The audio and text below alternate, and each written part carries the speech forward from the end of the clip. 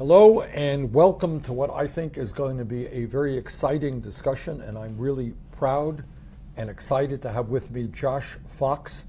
I think many of you know Josh, not only from his celebrity status and the film work that he does, but for his commitment to doing everything possible to protect our planet for future generations. He's been one of the leading anti-fracking activists in this country and a real advocate for fundamental changes in our energy system. Josh, thank you very much for being here. Thank you, Bernie. And I can't start any conversation with you without saying thank you so much for everything you've done for this country. Mutual. Let's start off. There's a lot to go over, and I don't want to waste a whole lot of time discussing President Trump, but just say a few words about Trump's attitude toward climate change, to the environment, appointing Scott Pruitt to be the administrator of the EPA. Well, this is absurd, obviously. Appointing an EPA administrator whose job it is to destroy the EPA, of course, is not the first time that this has happened. I think Ronald Reagan did that with Gorsuch. There is a Republican tradition of appointing heads of government to offices which they'd rather not exist. So, when Scott Pruitt is trying to dismantle, Environmental Protection Agency, that's his real job. And I think that obviously Donald Trump's attitude on climate change is unscientific, unfounded, absurd, crazy. Other than that, it's not bad. Other than that, it's fine. I mean, it's some of his own hotels down in Hollywood, Florida that are due to go underwater. Right. But it is amazing to me that with the scientific atmosphere that we have today, knowing that we have cell phones that have greater computational power than the initial computers that sent, Americans to the moon, that we doubt climate science. That's ridiculous. Okay. There is, needless to say, a lot of unhappiness, a lot of despair. There are millions of people, not only in our own country, but all over the world, who know that we're fighting for our kids and our grandchildren and future generations.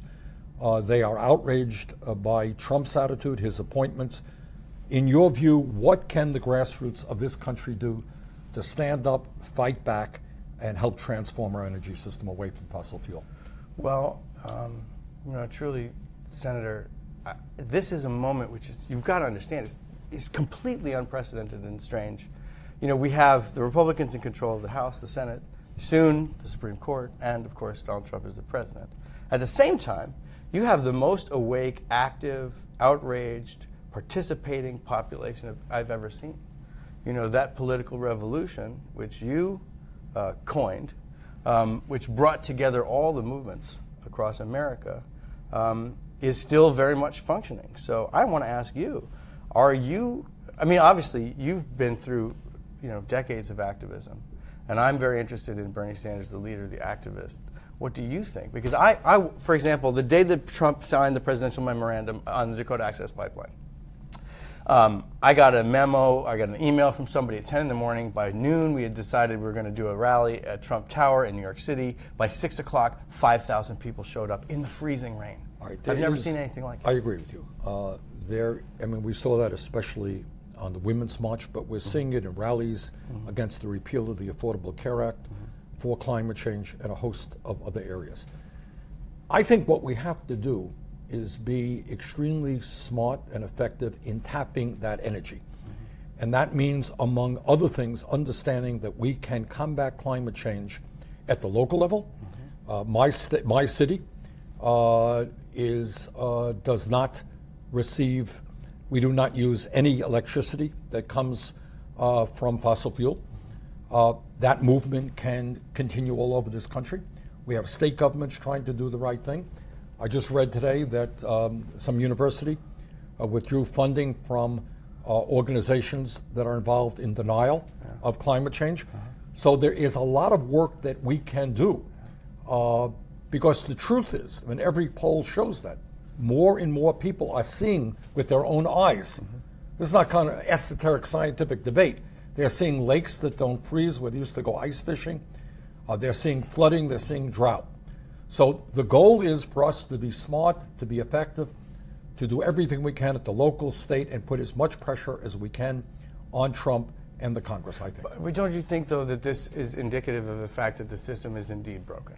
Right. Oh. We have 75% of Americans want renewable energy, and we don't get it because we know we have an oligarchy, not a democracy at this moment. No, that's exactly We have people protesting all throughout. In fact, some states are going in the opposite direction, right? Governor Kasich in Ohio actually froze their renewable energy standards and rolled them back. In Florida, it's illegal to have a house that's off the grid. In Arizona, the sunniest place in the nation, $50 charge a month if you want to have solar panels on your roof. These are Koch brother initiatives. Exactly. And so that's why at the political level, I think you have to take those battles on. Take them on. And I think as a nation, we should be standing up to what's going on in Arizona. You're right. This is one of the sunniest states in this country. To remain dependent upon fossil fuels is absolutely insane. Right. But that's my point. I think we've got to work at the statewide level, at the local level, and every level that we possibly can. Let me raise an issue, not raise it, but talk about something which I think has not gotten the kind of discussion that it deserves. That is the Solutions Project. Because it's one thing to say, to moan and to groan. It is another thing to say, okay, how do we move to an energy efficient and sustainable nation? Is it possible? And you'll hear many people representing the fossil fuel industry who tell us, well, check all the boxes and all that stuff with everything. But the truth of the matter is, and you've done some work on this, I'd like you to explain it to our audience, sure, we can move in a reasonably short period of time and break our dependence on fossil fuel. How do we do that? Well, what is the Solutions Project? 100% renewable energy is totally possible. It's possible in many, many different ways. So back in 2011, when we were fighting fracking in the state of New York, or 2010, Mark Ruffalo, the green superhero, and myself, we were trying to go to Governor Cuomo and say to him, look, actually what I said was, find me the best renewable energy plan for the state of New York. I want to see it so we can put this out in front of the governor and say you don't have to frack. Right. And lo and behold, my research team came back and they said, well, Josh, there is no renewable energy plan for the state of New York. I said, that's crazy. How could there not be one? Right. Because we've known for years that renewable energy, for example, the wind in just 3 states, North Dakota, Kansas, and Texas, just those 3 states could power everything in the United States of America, including our fleet of 300 million cars. We've known this for decades. So why was there no plan? Right. So Mark and I, we went out to California. We met with an incredible renewable energy scientist named Mark Jacobson at Stanford University. He was doing renewable energy planning for the whole world, for the whole nation. And we said, can you write us a plan for New York State? And he said, without a doubt, he combined with 2 Cornell scientists, Tony Ingraffia and Bob Howarth. And within a few weeks, they had a plan. And then a few months later, it was peer-reviewed. And we kept it quiet because we wanted to kind of give it to Governor Cuomo and wrap it up in a bow as a way to say, you don't have to frack.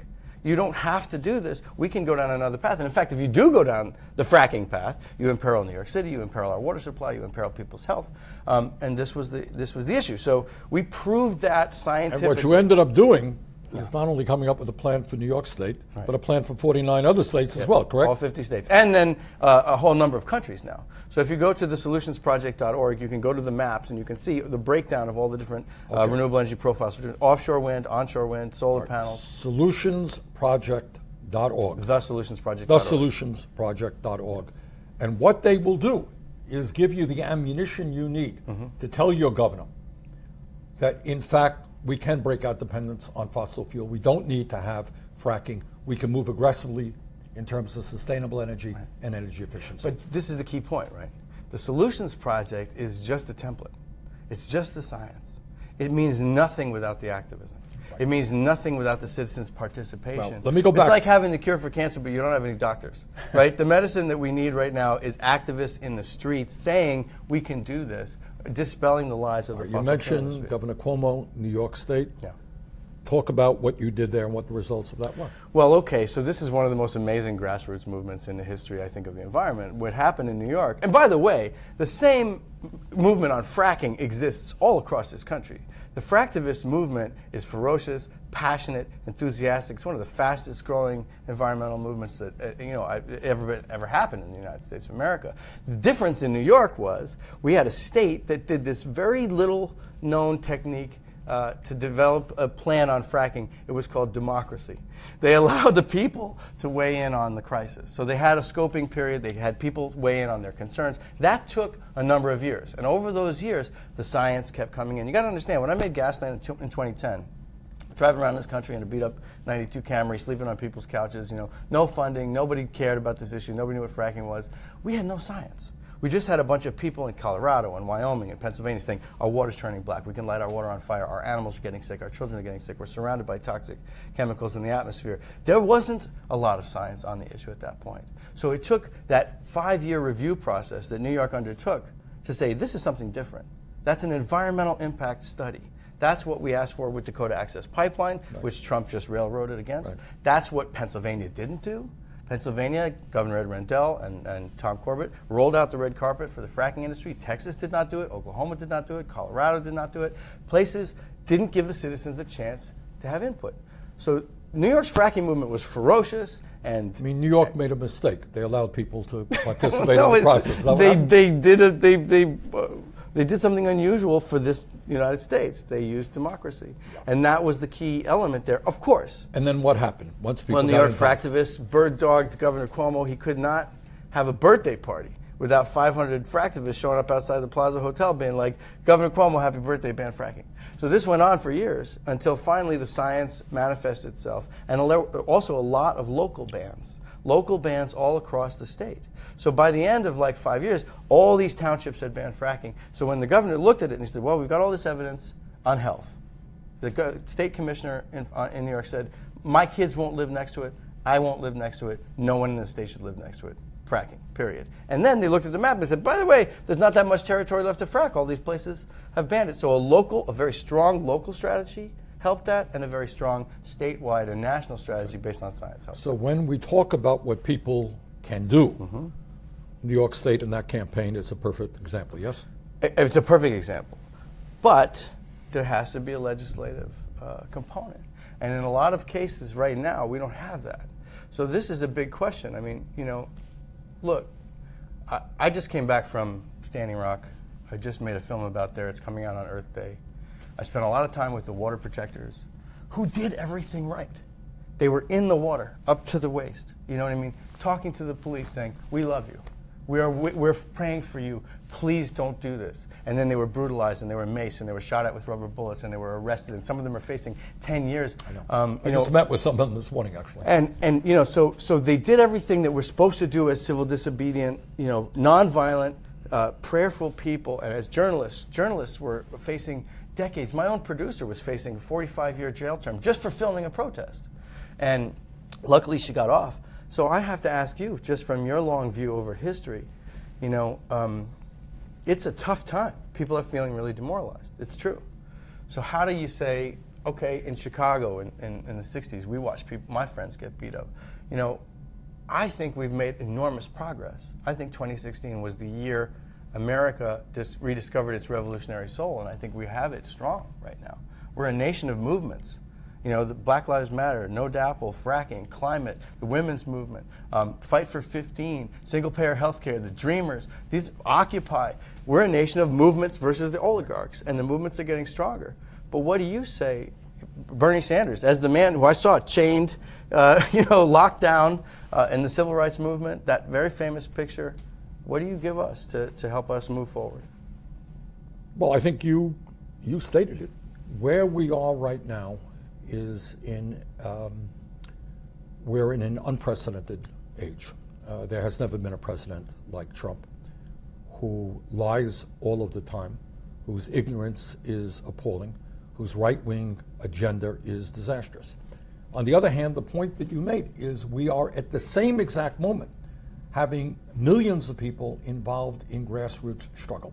So the main point that I would make is despair is not an option. I want people to remember that there was a time in this country where we had children working in factories and workers stood up, fought back, got unions, got the end of child labor. 100 years ago, women did not have the right to vote, and millions of people, women and their male allies, fought back. Gay rights, I am old enough to remember that 20 or 30 years ago, It was not an issue that you even discussed publicly. Nobody in a million years would have dreamed that gay marriage would be legal today in 50 states in this country. The idea that we've had a black president after all of the racism and segregation that exists in this country. So the point is, yeah, these are tough times, no mistake about it. But anyone who says that we can't make change, we can't overcome this, doesn't know a damn thing about American history. Of course we can. And your point is well taken. We have now, all over this country, millions of people, working people, young people, prepared to stand up and fight back. We've got to coordinate that. We've got to be smart about how we go forward. And I think we've got to go forward at the local, state, federal level. But absolutely, there may yet be a silver lining out of this presidency. And that is Trump may bring all of us together. Well, I mean, there are protest camps. I just brought up the list on my phone. You see, they shut down the one in North Dakota. Right. But Florice Whitebull, who is the subject of my film, was an amazing spokesperson. She said, we're spreading like cotton seeds in the wind. You know, you've got protest camps in Texas, in Marfa, Texas, Live Oak, Florida, Osceola County, Florida, against the Sable Trail pipeline, against the Trans-Pecos pipeline, in Oklahoma against the Diamond pipeline, in New Jersey against the Pilgrim pipeline, in Lancaster, PA against the Atlantic Sunrise pipeline, you know, Iowa City against Dakota Access pipeline, soon I think in the Atchafalaya Basin in Louisiana against the Bayou Bridge pipeline. And of course, if it comes to that, in my backyard in the Delaware River Basin, against fracking. We're fighting fracking all over again. For those of you who've seen Gasland, that is rearing its ugly head again. We thought we'd beaten that, we won that battle. And I have to invite you, because obviously it's an area that's close to your heart. You know, that's Narrowsburg. You know, I live 5 miles from Narrowsburg. I went to Boy Scout camp there. I know you did. So 10 Mile River still in business? Yes, well, I don't know if the camp is, but 10 Mile River is still there. Yeah, And it's okay. one of the most, if you haven't been to the upper Delaware River, it's one of the most beautiful national treasures, right? 5% of Americans drinking water out of that river basin, 16 million people. So you're invited back if you ever want to come for a stroll or a canoe trip, or if you ever get a day off. Okay. We may need you, though. But the truth is the fossil fuel industry is right now desperate. They're on the march, and they're trying to overturn the rule of law and the will of the people. And let's understand, you're right, they are desperate and they are on the defensive. And even corporate America understands where the future is, because 2/3 of new energy investment, not going into coal, it's not going into oil, it's going into sustainable energy. We do have them on the run, and we just got to intensify that pressure. Well, I understand you're going to West Virginia soon. I'm going to West Virginia Sunday night. Coal miners. Well, I'm going to be talking to people in McDowell right. County, yeah, Well, I which mean, was strong coal country. I'll bring up a project right now. It's called Coal River Mountain. There's a proposal to do wind farm on top of the mountain instead of blow the top off of it, right? There you go. So mountaintop removal, which is devastating for every possible implication.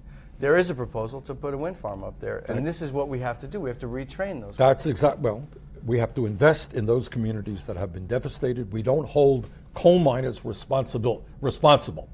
Right. And our job is to make them whole. One of the areas, maybe we'll end on this because we're running out of time here, is obviously, in terms of climate change, there is no choice but to be extremely aggressive in transforming our energy system. We have to do that for the sake of the planet. Yeah. But on top of that, there are economic benefits as well. Sure. All right, say a little bit about that. Well, at solutionsproject.org, you can see actually the saved health benefit, billions and billions of dollars in people not dying from fossil fuels. And not getting ill because of all kinds of pollution. And also, it's the fastest growing job sector. Okay. You can see all these permanent jobs from that. You know, look, it's like I said before, we have the cure for cancer. The truth is the medicine that we need right now is people in the streets, because the system is broken, because even Democrats, we're fighting Democrats. I've been fighting Democrats for the last, decade. Barack Obama was a very big fracking advocate. So was Hillary Clinton. We had this fight at the platform hearings. Bill McKibben and thank you for your efforts there. Well, honestly, it's our fate right now as progressives. Because the truth of the matter is Donald Trump won, Hillary lost, but Bernie Sanders is the most popular political figure in America right now, and there's a reason for that.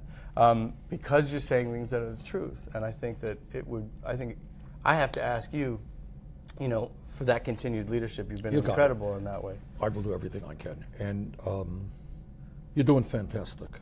And I think the message for today is, things are tough, You don't have the option to throw your hands up in the air in despair because the stakes are too high for our country and the entire world. And second of all, and this is what Josh has been saying, all over this country, people are becoming more involved. People who've never been involved in politics before are standing up and fighting back. We can win this thing. And out of these dark days may come an America that all of us are going to be very proud of. Because we are not giving up our progressive vision, which includes a whole lot of things. Josh touched on some of them in terms of Medicare for all, but it certainly includes transforming our energy system in this country, leading the entire world, creating millions of jobs, cleaning up the planet. We can do this. We can do it. But we can't do it unless people get involved. We have to demand so it. That's the message. And Josh, can I mention two Sure. rallies? There's Yep. the rally on April 29th, the People's Climate March here in D.C., right? That's going to be a big one. Obviously, continued efforts in the Delaware River Basin, March 15th, and I'll post on my page where these protest camps are, because they are amazing things of a totally different value system. People working together, people being resilient, generous, nonviolent, and I think, in the spirit of that political revolution that you're talking about.